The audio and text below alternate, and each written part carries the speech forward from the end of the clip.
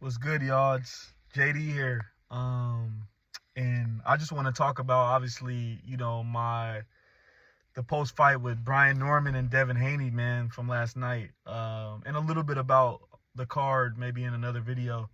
But man, just like I predicted yesterday, I said Devin Haney would win, by decision. I feel like his experience and his attributes at that level would be a little bit too much for Brian Norman, and it happened to be.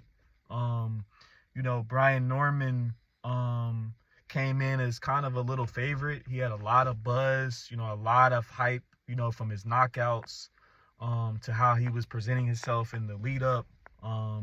He was very, confident, coming in where a lot of people were picking him.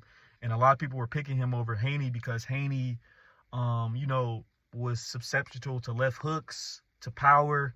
His performance with Jose Ramirez wasn't great at all. He was very gun shy. And people think, what happened with Ryan Garcia. People thought that would happen with Brian Norman. But just like I predicted, man, he dropped him in the second round, just how I said he did against Regis Prograis. Dropped him, shocked him early. And then, from there, the fight was kind of pretty much over from there. You know what I'm saying? Brian Norman, really, he couldn't really have the footwork to kind of get up close to Devin and kind of, hurt him or anything.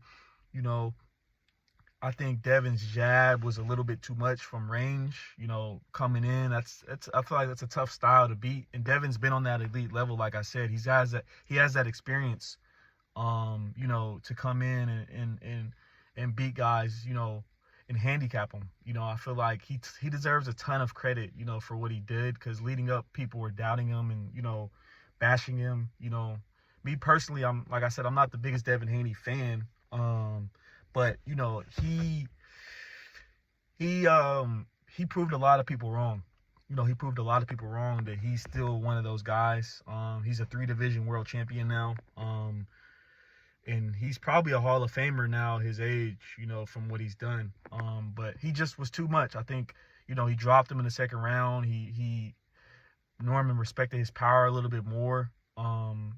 His footwork and, his ability, his boxing ability was just too much, I think, for Norman. And Norman, showed some good things in the second half of the fight, where he definitely, showed he's a good fighter, but he's just not on Devin's level yet. And he's 24, and I like him as a person, and, I like his energy and his confidence that he had.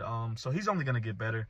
To go from there. But Devin, proved a lot of people wrong. And, I think, what's next for Devin, obviously, is hopefully the Ryan Garcia rematch happens if Ryan beats, Barrios.